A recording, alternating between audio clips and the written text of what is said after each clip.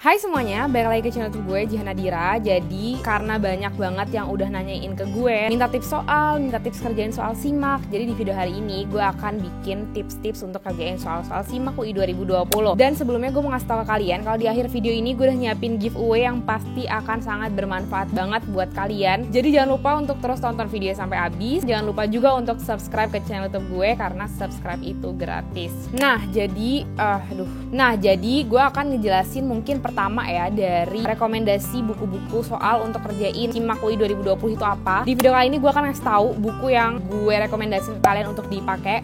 Ini buku seleksi masuk Universitas Indonesia SIMAK UI 2020. Ini buku dari kampungsoal.com. Kenapa gue rekomendasiin buku ini? Karena di sini itu kan gue udah bilang ya, mungkin di video-video sebelumnya gue udah bilang kalau sebenarnya untuk mempersiapkan SIMAK itu kalian bisa pelajarin tipikal soal-soal sebelumnya kan. Nah, di sini mereka udah kompilasi semua soal SIMAK dari tahun 2011 sampai tahun 2019. Pun mereka juga udah masukin pembahasannya per soalnya. Jadi akan sangat enak banget untuk dipelajarin karena kalian bisa coba belajar dan kan udah dapat jawabannya juga sekaligus pembahasan di satu buku. Selain itu di buku ini juga ada soal prediksi untuk soal-soal SIMAK 2020, kisi-kisi soalnya juga, dan mereka juga ngasih tips-tips belajar, tips untuk kerjain esai meskipun esai tahun ini gak ada. Terus mereka juga ngasih cara menghitung passing grade, daftar prodi atau program studi plus prospeknya juga. Di sini semuanya ada gitu. Jadi gue rekomendasiin kalian untuk coba beli buku ini. Linknya mungkin gue akan taruh di bawah untuk pembeliannya. Jadi untuk yang nanya terkait buku soal, nih kalian bisa coba pakai buku ini untuk dipelajarin.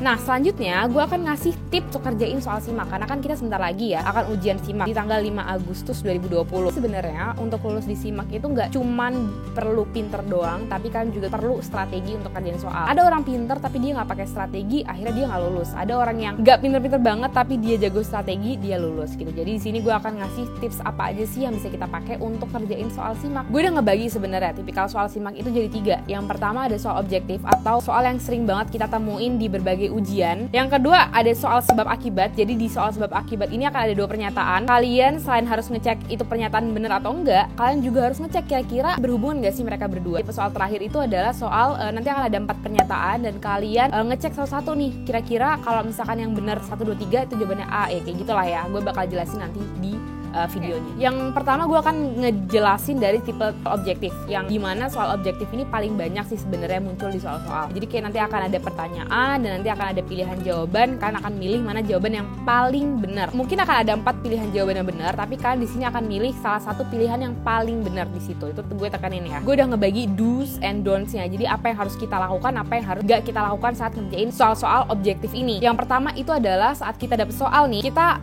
langsung kayak oke, lihat mana soal yang bisa kita kerjain, mana soal yang nggak bisa kita kerjain. Kalau misalkan nanti modelnya computer based test atau CBT atau online gitu ya, misalkan dibagi per materi pelajaran, ya udah lihat dari nomor 1 sampai nomor 15 misalkan. Kalian lihat mana sih sebenarnya soal yang bisa kalian jawab, mana yang enggak. Setelah kalian udah ngebagi, kalian mulai start kerjain dari soal yang gampang dulu. Baru kalian lanjut ke soal yang susah. Terus nanti kalian akan bikin manajemen waktu ini, kira-kira kalian akan ngerjain soal yang gampang ini selama berapa menit, dan kalian alokasiin waktu juga untuk kerjain soal yang susah. Jadi kebagi tuh 2 soal ini secara rata. Jadi nggak ada tuh kasusnya nggak sempat ngerjain yang susah, waktunya habis atau gimana. Jangan kalian fokus ke satu soal yang susah. Oke, kalian udah ngerjain semua soal yang gampang, masuklah kalian ke sesi ngerjain soal yang susah gitu. Kalian estimasi nih waktu untuk ngerjain soal susah. Misalkan gue estimasiin ngerjain satu soal yang menurut gue susah ini selama 2 menit. Kalau gue udah melebihi 2 menit, gue bakal langsung auto lompat ngerjain soal susah yang lain gitu. Jangan sampai kalian habisin 5 menit untuk cari jawaban di satu soal yang menurut kalian susah. Terus nanti tiba-tiba akhirnya nggak ketemu jawabannya, akhirnya kalian ngasal. Itu kan buang-buang waktu banget dan buang-buang bobot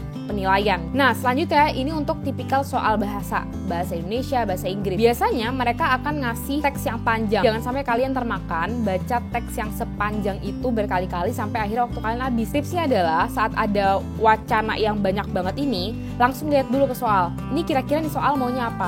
Apakah mau kesimpulan, kesalahan WB-nya? Kalian lihat nih, langsung lihat ke soalnya. Oke, dia minta misalkan ketiga itu. Kalian lihat ke teksnya, kalian sekali baca udah langsung nemu, oke, gue bakal nyari kesimpulan di teks ini, sekaligus gue akan nyari kesalahan WB-nya, sekaligus yang lain gitu. Jadi sekali baca kalian bisa ngejawab lebih dari satu soal secara bersamaan. Itu akan jauh lebih efektif daripada saat kalian ngeliat satu soal, kalian ngeliat lagi ke wacana, terus nanti lanjut ke soal kedua, lihat lagi ke wacana, baca lagi dari awal. Itu sangat-sangat membuang waktu kalian. Terus baca inti soalnya. soalnya. Jadi jangan mau diperpanjang dengan soal yang jelimet. Biasanya ada soal yang kelihatannya panjang, cuman sebenarnya dia tuh nanya ini sepele gitu. Jadi jangan sampai kalian terlalu lama baca soal yang padahal tiba-tiba dia nanyanya hal yang di luar narasi di atas gitu. Jadi langsung aja lihat, oke, ini soal maunya apa. Selanjutnya teliti, please banget teliti di soal-soal simak. Bisa jadi nanti mereka naruh tiba-tiba kecuali atau tiba-tiba yang ditanya selain itu. Jangan sampai kalian terkecoh lah ya, karena banyak juga nanti tiba-tiba ada jawabannya, padahal yang diminta adalah soal yang kecuali, bukan pilihan itu harusnya. Jangan sampai kalian fokusnya kemana-mana saat kerjaan soal. Jadi kalian harus bisa fokusin perhatian kalian ke soal aja gitu, karena saat kalian nanti ujian kalian akan banyak dapat distraksi. Karena pun ini juga sistemnya online ya,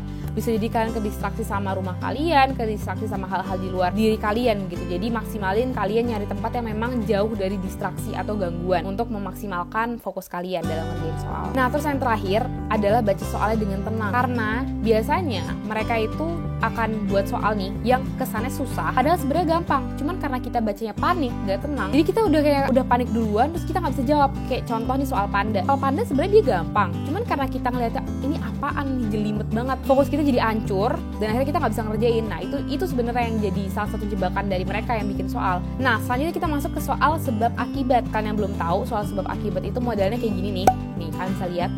Jadi nanti akan ada 2 pernyataan, pilihannya tetap A, B, C, D, E. Jadi sebenarnya untuk soal-soal kayak gini, ini akan enak banget kalau kalian udah nemu mana yang salah. Kalian cari dulu sebenarnya yang salah. Karena kenapa gue bilang enak kalau kalian udah nemu pernyataan yang salah? Kalau kalian udah nemu yang salah, kalian nggak perlu nyari hubungannya. Kan yang nyari hubungan itu kan kalau kedua pernyataan ini benar kan. Cuman kalau ada salah satu yang salah, artinya kalian cuma perlu ngecek doang mana nih yang salah, pernyataan yang pertama atau pernyataan yang kedua. Sebenarnya ada lagi sih caranya untuk kita bisa visualisasiin kira-kira ini berhubungan nggak ya, dengan cara baca kita tambahin kata-kata jika dan kata-kata maka. Nah terus selanjutnya itu adalah nanti akan ada 4 pernyataan dan kalian itu akan jawab nih kira-kira mana pernyataan benar, mana pernyataan yang salah. Sebenarnya mereka udah ngebagi pernyataan 1, 2, 3 benar, B itu 1, 3 benar, yang C 2 sama 4 yang benar, yang D itu 4 doang yang benar, dan yang E itu semuanya benar. Lihat dulu ke pernyataan keempatnya. Jadi saat pernyataan yang keempat benar, berarti ya possibility jawaban yang ada itu adalah C, D, dan yang E.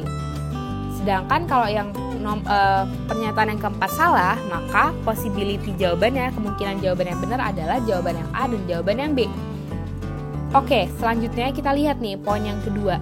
Kalau poin yang kedua, pernyataan yang kedua benar, berarti kemungkinan jawabannya C atau jawabannya yang E. Tapi kalau pernyataan 2-nya salah, berarti jawabannya yang D. Nah, sekarang kita lihat nih. Oke, misalkan yang 2 ini benar. Nah, tinggal kita lihat pernyataan 1 atau pernyataan 3. Kalau pernyataan 1 atau pernyataan 3 itu benar, berarti dia jawabannya yang E. Tapi kalau salah, jawabannya yang C. Kayak gitu ya. Itu kalau yang pernyataan 4-nya benar. Tapi gimana kalau pernyataan 4-nya salah? Langsung kalian lihat ke poin kedua nih. Kan berarti kalau pernyataan 4 yang salah, possibility jawabannya yang benar itu adalah A dan yang B kan. Nah, selanjutnya kita lihat nih poin kedua. Kalau misalkan poin yang kedua, pernyataan yang kedua ini benar, berarti ya udah jawabannya yang A. Tapi kalau pernyataan yang kedua ini salah, berarti jawabannya yang B. Kayak gitu ya cara ngejawab soal-soalnya. Ya mungkin itu dulu. Gue akan ngasih tips-tips belajar soal simak di next videonya. Nah selanjutnya balik lagi ke informasi giveaway, karena banyak banget yang udah nanyain ke gue, yang udah gue janjiin ke kalian. Jadi gue akan kasih kalian buku soal seleksi masuk Universitas Indonesia, kumpulan soal simak UI 2020 ke kalian.